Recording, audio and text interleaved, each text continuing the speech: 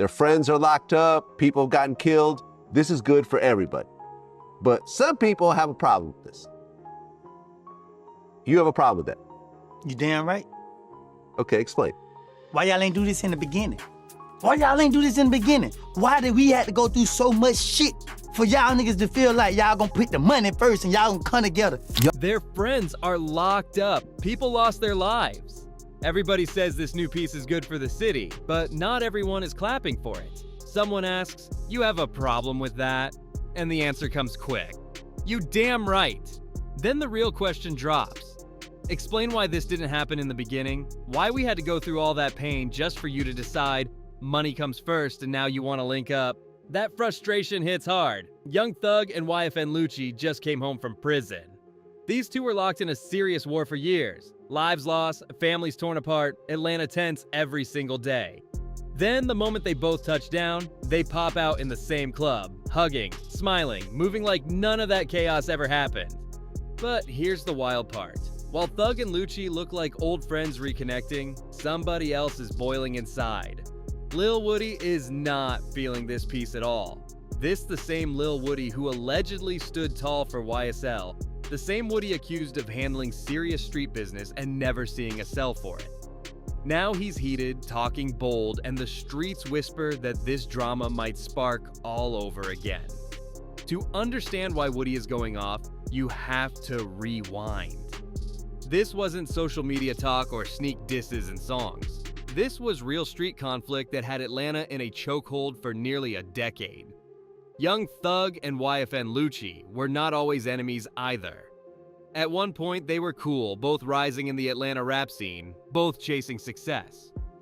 Somewhere along the way, that connection flipped into one of the most intense rap feuds the city ever saw. Lil Woody was known as someone close to Thug, allegedly ready to ride at any time. And during the YSL RICO trial, serious allegations came out about his involvement in street activity. One of the biggest accusations? That he was connected to the death of a man named Peanut. This was said to be tied to the larger YSL and YFN conflict. Both sides took losses. Federal authorities were watching. The tension kept climbing. The shocking part is Woody never went to prison for that case. He beat it and kept moving. Meanwhile, Young Thug and YFN Lucci both got hit with RICO charges. Federal prosecutors stepped in heavy. Thug was facing life. Lucci was looking at decades. The whole city waited to see who would break first. Then something unexpected happened. Sitting behind bars, fighting for their freedom, both men reportedly started realizing this war cost too much. Families destroyed, lives gone, their own freedom on the line. At some point, it stopped being worth it. Thug took a plea deal after one of the longest trials in Georgia history. Lucci handled his situation too. One by one, they walked free. The streets watched closely. Was the war about to restart the moment they crossed paths? Friends are locked up, people have gotten killed. This is good for everybody. But some people have a problem with this. You have a problem with that. You damn right. Okay, explain.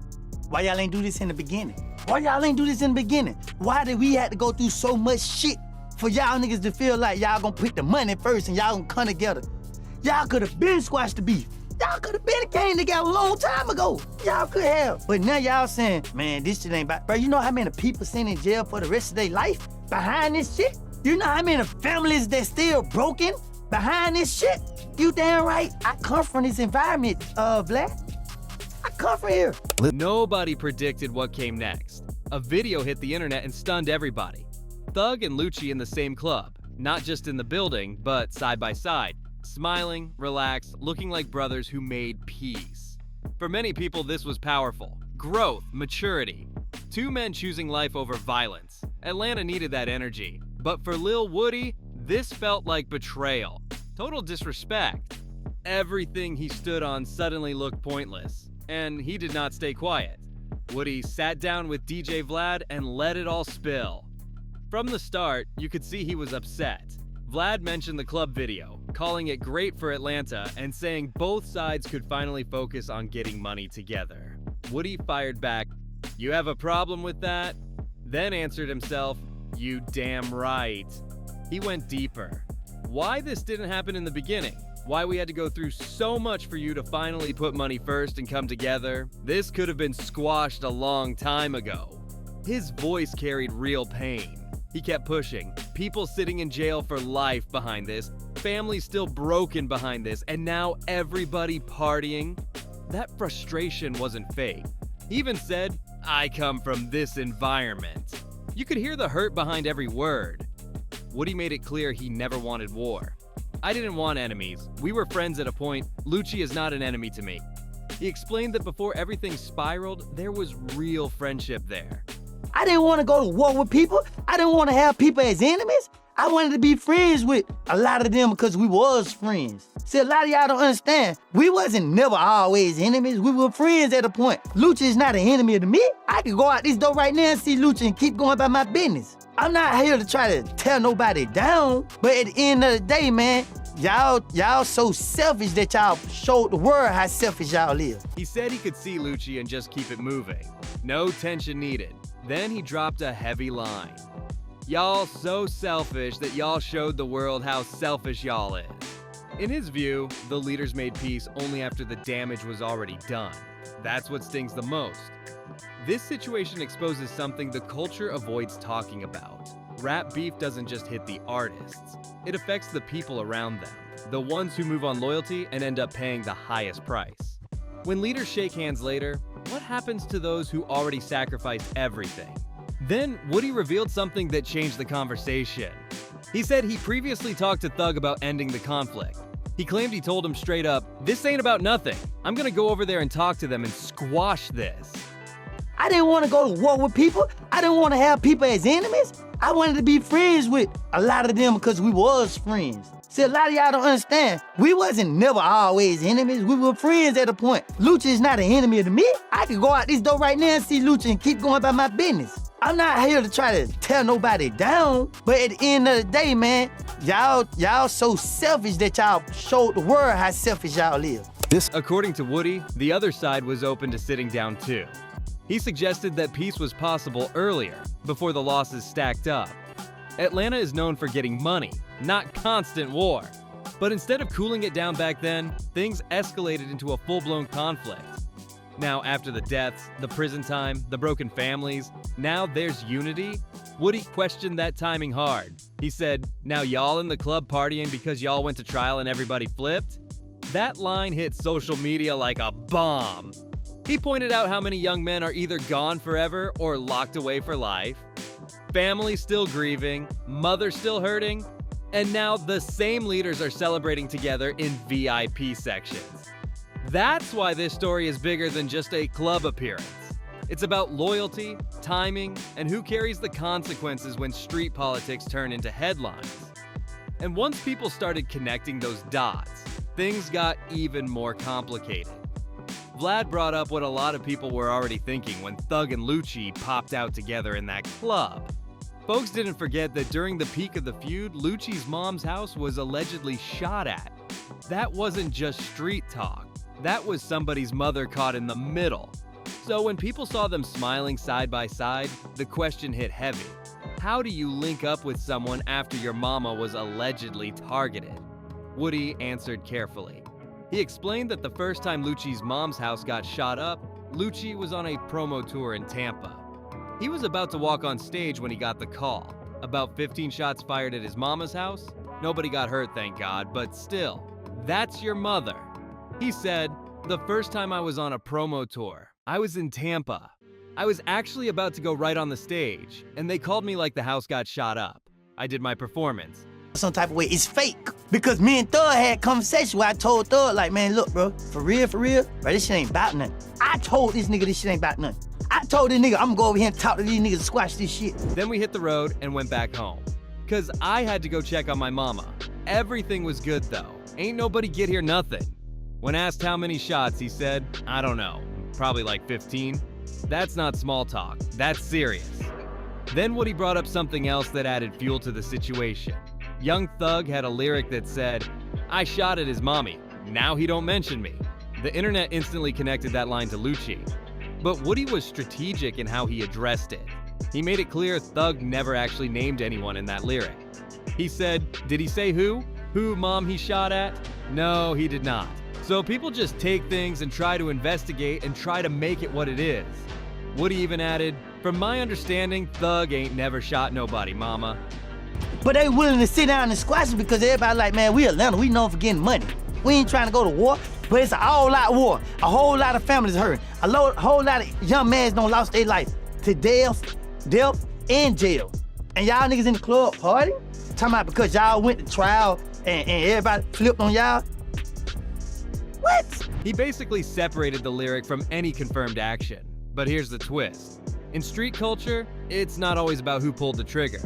If you're seen as the leader, people believe you carry responsibility for what your circle does.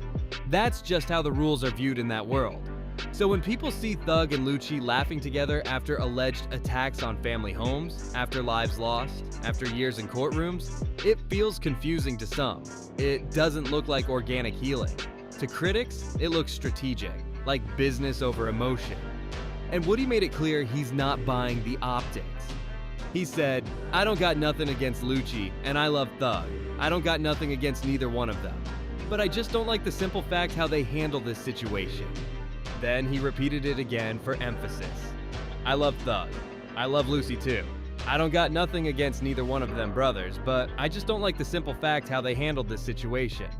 That's not hate, that's frustration. For Woody, there's a line between ending violence and acting like best friends.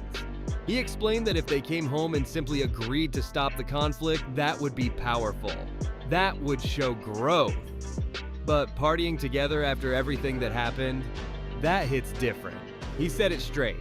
"Remember, I did an interview before then. I was like, if Thug Luca home, they squash the beef. That'd be big. I said, squash the beef. I ain't say hang out. You think I'm finna hang with one of these niggas? And we've been out here trying to, you feel me? Nah, man, that ain't how they go. It ain't no bad blood, but we ain't cool either." That's a clear stance. The reaction to this interview has been wild. The streets are split right down the middle. On one side, people respect what Thug and Lucci are doing.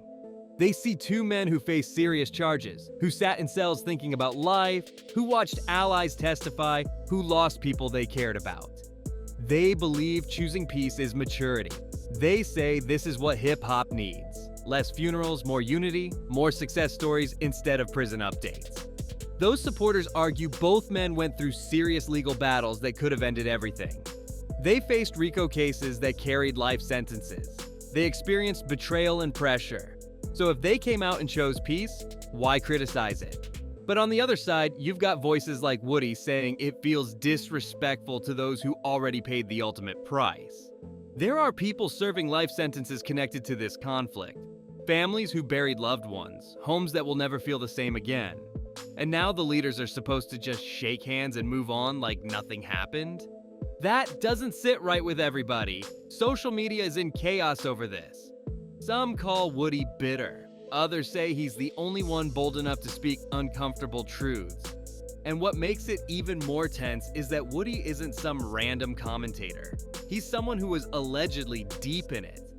When he talks, people in that world pay attention. He's basically questioning whether the piece is genuine or just convenient. In street politics, words matter. Public statements matter. And when someone suggests the reconciliation isn't real, that can stir emotions fast. Looking at the bigger picture, this situation exposes something deeper about street culture. When leaders go to war, Doubt when they were hanging out in the club together was that Lucci's mom was allegedly shot at. it's usually the people around them who face the immediate consequences. When leaders decide to settle things, those same people might still be dealing with trauma, legal trouble, or long-term consequences. That disconnect creates tension. Woody represents those who can't just flip a switch and pretend nothing happened. He allegedly carried heavy involvement. That type of history doesn't disappear overnight because two famous faces take a photo together in VIP. And then there's loyalty. Woody said he loves Thug. That loyalty is real. But at the same time, that loyalty is exactly why he feels conflicted. When someone you stood beside makes a move you don't agree with, what do you do? Stay silent? Or speak your truth and risk shaking the table? That's the uncomfortable space this whole situation is sitting in right now. Loyalty versus growth, history versus healing, street codes versus public peace. Third, this whole situation highlights something big about how people consume rap beef like it's just entertainment. From the outside looking in, seeing Thug and Lucci together feels positive. It looks like growth, it looks mature, but for the people who actually lived through it, who lost friends, who did time, who carry trauma from it, it hits different. We have to remember, behind every rap feud are real people dealing with real consequences. First time I was on a promo tour, I was in Tampa. I was actually about to go right on the stage and then they called me like the house got shot up. I did my performance, then we hit the road and went back home because I had to go check on my mama. Everything was good though. Ain't nobody get hit or nothing. How many shots were there? I don't know, probably like 15. This is not just music, not just lyrics, not just viral moments. People lost their lives. People are sitting in prison cells. Families change forever because of choices made during that conflict. Right now, things feel tense. Lil Woody said his piece on a major platform, and millions heard him question the peace between Thug and Lucci. Clips are everywhere online, debates popping up on every page. And the big question is simple: what happens next? Thug and Lucci haven't responded publicly. No interviews, no statements, they just moving how they moving. Maybe they think responding would blow it up even more. Maybe they feel Woody is entitled to his opinion. Did he say who mom he shot at? No, he did not. So people just take things and try to investigate and try to make it what it is. From my understanding, Thug ain't never shot at nobody mama. Or maybe they're focused on protecting their freedom and staying out the spotlight drama. But what about the people who aren't under those same restrictions? What about the ones who feel hurt, confused, or overlooked? That's the unpredictable part. That's the emotional layer nobody can fully control. At the core, this situation shows something real about the culture. Peace is powerful, but it's complicated. I love Thug. I love Lucci too. I don't got nothing against neither one of them brothers. But I just don't like the simple fact how they handled this situation. For Woody, there's a difference between squashing beef and being best friends. Forgiveness sounds good, but it's heavy when people already paid serious prices. Moving forward makes sense, but it doesn't erase the past. Woody raised tough questions. How do you make peace when some people can't get their freedom back? How do you tell someone to let it go when they lost years of their life behind it? How do the people on the ground process it when leadership shifts direction? There aren't easy answers to that. And pretending it's simple would be fake. What's clear is this: these are real lives, not just headlines, not just trending topics, not just viral clips for views. Remember, I did an interview before then. I was like, if Thug and Lucci come home and they squash beef, that'd be big. I said squash the beef. I ain't say hang out. You think I'm finna hang with one of these niggas and we been out here trying to, you feel me? Oh man, that ain't how that go. It ain't no bad blood, but we ain't cool either. Behind every name in this story is somebody's son, somebody's brother, somebody's friend. The streets are watching closely to see how this plays out. Is this truly the end of the YSL and YFN conflict? Or is this just a fragile pause that needs careful handling? Time will tell. One thing for sure, peace takes more than a photo in a club. It takes accountability, healing, and real conversations behind closed doors. And until everyone affected feels heard, the tension might still linger under the surface.